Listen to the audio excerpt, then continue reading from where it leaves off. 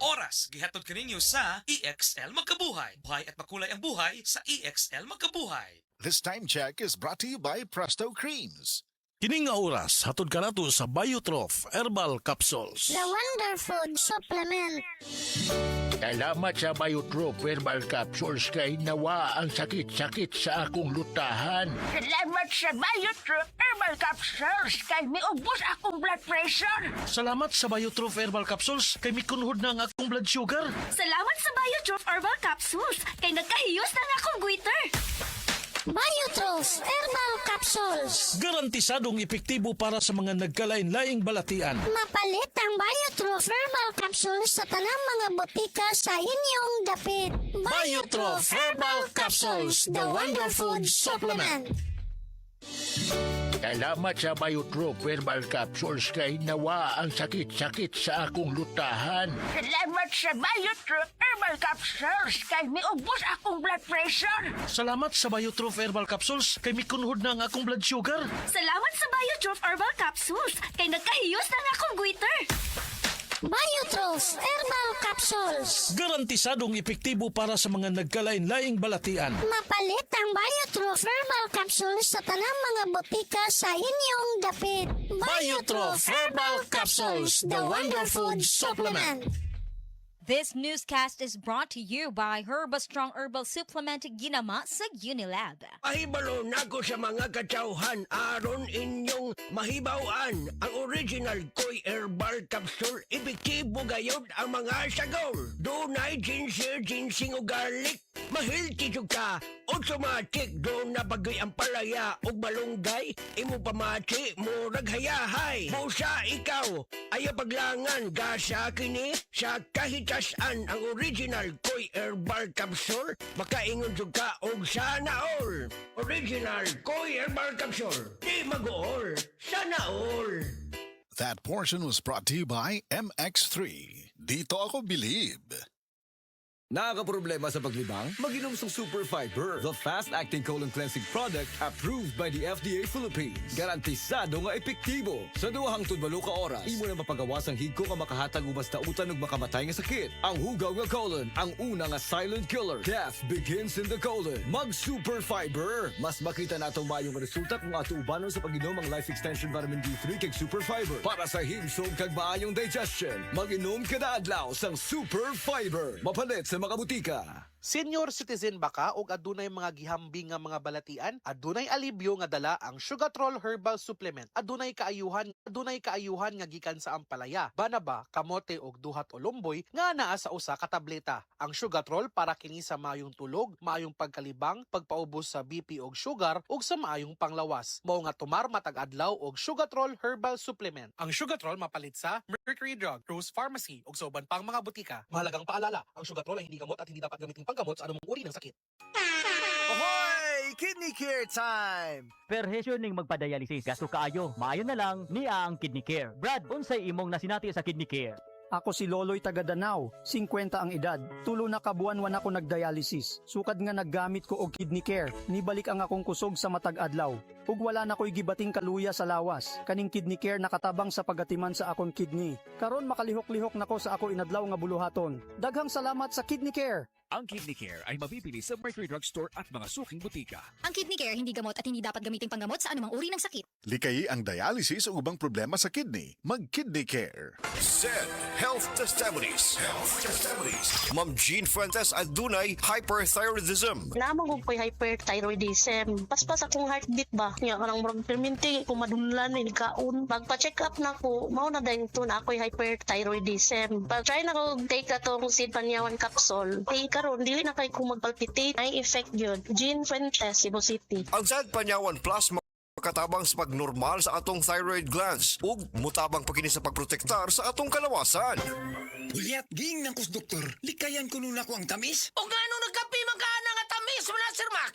Lagi. Basiglas na ni. Maunang taas imong sugar. Murag precious bugas. May pamagsid Panyawan coffee ka. Sakto sa kapay. Lamina, makapabtik pa. Maayo ni alang sa taas og sugar o sa gustong aktibong kinabuhi. Gulyat, sa sige na kong inuman ng Sid Panyaman Coffee, maayon lang akong pamati. Dili na kasang akong sugar. Basta ka kaping Sid Panyawan Diabetes Malikayan. Sid Panyawan Coffee mapalit sa grocery store o sa mga butika. SED Health Testimonies. Si Sir Pablito Simudlan nakasinati og kidney problems ni Sandig sa SED Cogon Herbal Capsule ug SED Panyawan Plus. Siya naulian. Sakit na yun sa ayo akong kilid nga nakahilig yung ko og dugo. Mao tong nakadungog kuhaan sa radyo nga Cogon o Panyawan. Ipalit dayon ko awan na kaloy sa Diyos na wala. Wala na ko nakapatik up wa naman ko gibati. Nya kahandog karon nagmintin ako. Handog karon ayon ako gunikan sa Cogon o Panyawan. Pablito Simudlan amon isa sinta na kapin sa Buena Vista.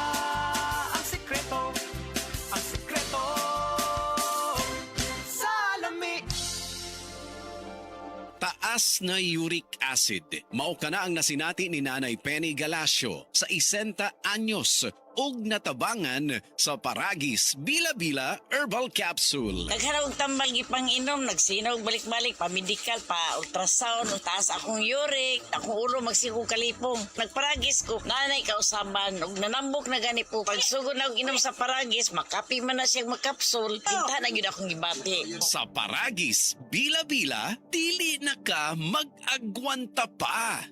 Ako si Radyoman Benzi Tanghian. Kining balita hatod kanato sa Paragis Bila-Bila Herbal Capsule na ilhan isip herbal nga kapsula nga makatabang og daghang benepisyo sa kalawasan. Mao kini ang all-in-one nga herbal. Makahatag og kaayuhan sa ato ang mga selula sa lawas, makatarong sa nindot nga flow og limpyuhan ang imuhang dugo nga modagkayday sa ato ang kasing-kasing. Alang sa kompleto nga kombinasyon, gamitan lang ang Paragis Bila-Bila Plus Herbal Capsule. Paragis Bila-Bila Herbal Capsule na uban sa pagpangapi sa Paragis Bila-Bila Herbal Coffee ug ang pagpanghaplas sa Paragis Bila-Bila Liniment Oil. Dama sa GFMQ Marketing. Sa Paragis Bila-Bila, dili na ka mag-agwanta pa. Sa dugang kasayuran, tawag lang sa 0935-641-0261. Ang Paragis Bila-Bila mapalit sa Didings Pharmacy sa Manalili Street, Cebu City. Bestway Pharmacy sa Mandawi City. Healthway Pharmacy. JV Butika sa Cebu, Mandawi, Liluan o Osmeña Boulevard. Mapalit usab sa JY Pharmacy sa 32 Osmeña Building, Osmeña Boulevard, Cebu City. Mga kasama, dapiton ko kamo sa pagpaminaw sa makalingaw o makahatag og pagtulunan nga drama nga naguluhang Himayang Nahunla. Matag alas 8 hangtod sa alas 8:30 sa gabi, Lunes hangtod sa adlaw Sabado. Maminaw ta dinhi lang sa DYHP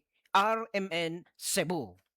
Maayong adlaw mga suki natong tigpaminaw. Kauban nato karon si Tatay Antonio. Tay, unsa man ang epekto sa diabetes sa imong pananaw? Pirmi lang ulubog akong mata. Murag pirmi pud ko nagtanaw sa adlaw, taas gid kaya akong sugar level. Usay moabot gid 320. Og unsa pong solusyon ang imong nadiskubrihan? Nay galangan ni suggest sa ako og iBerry. Tungod kay natural ang masangkap niini, isunayan ako. Ug tuod, mao ni ang pinakaningot nga desisyon nga ako nahimo karon, wala na ang pagkalubog sa mata ug makabasa o makatan-aw nako og TV nga dili na maglisod. Sulay pod ang bagong produkto iBerry Gold na adunay 10 mg lutein. Mapalit na sa mga farmasya duol nimo. Mahalagang paalala, ang iBerry ay hindi gamot at hindi dapat gamitin panggamot sa anumang uri ng sakit. Kalami magkape, pero dapat good ang kape nimo healthy. Parehasan ning Vita D Plus Coffee Mix. Nibalik na ang imong paborito nga pinakauna nga kape nga na ay vitamin D3, reishi mushroom ug mangosteen fruit extract. Aromatic na ug lami pa. Pwede jud siya sa mga naay diabetes. Vita D Plus Coffee Mix. May kape na ka, na ay vitamin D3 pa ka.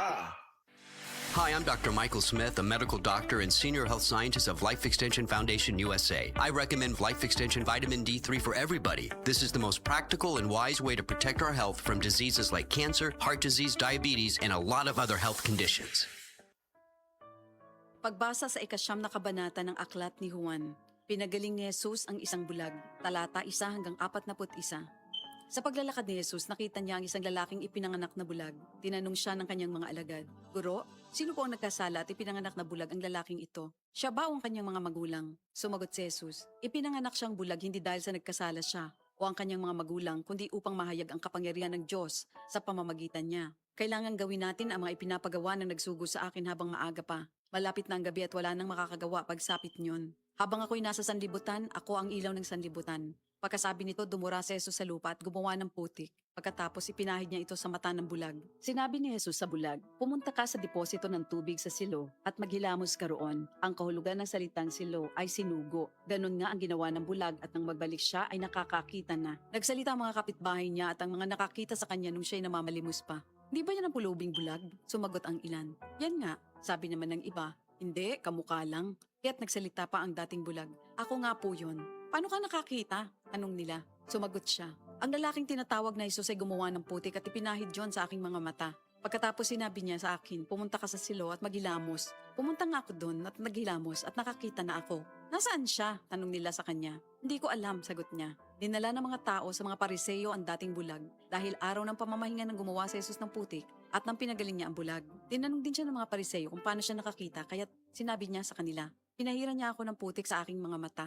Ako'y pinaghilamos at ngayon nakakakita na ako.